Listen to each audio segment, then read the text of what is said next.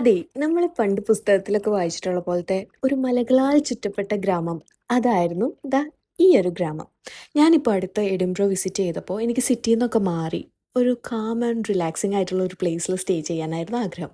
അങ്ങനെ എയർബിഎൻബി വഴി ബുക്ക് ചെയ്തതാണ് ഈ പ്രോപ്പർട്ടി. കപ്പിൾസിനാണെങ്കിലും ഫ്രണ്ട്സൊക്കെ ആയിട്ട് വരാണെങ്കിലും നന്നായി അടിച്ചു പൊളിക്കാൻ പറ്റിയ ഒരു പ്രോപ്പർട്ടി തന്നെയാണ് ഇത്. നല്ല കാം ആൻഡ് ക്വയറ്റ് ആയിട്ടുള്ള പ്ലേസും കൂടിയാണ്. സോ അതുകൊണ്ട് ഒരു സ്റ്റേക്കേഷൻ നല്ല റിലാക്സിങ് ആയിട്ട് ആഗ്രഹിക്കുന്നവർക്ക് ഇവിടെ വേണമെങ്കിൽ ബുക്ക് ചെയ്യാം. ഞാൻ എന്തായാലും ഇതിൻ്റെ ഡീറ്റെയിൽസ് ഡിസ്ക്രിപ്ഷനിൽ ഇടാവേ. എന്താണെങ്കിലും നല്ലൊരു സ്റ്റേ തന്നെയായിരുന്നു അവിടെ. ഹോട്ട് ടബൊക്കെ നന്നായി എൻജോയ് ചെയ്യാൻ പറ്റി.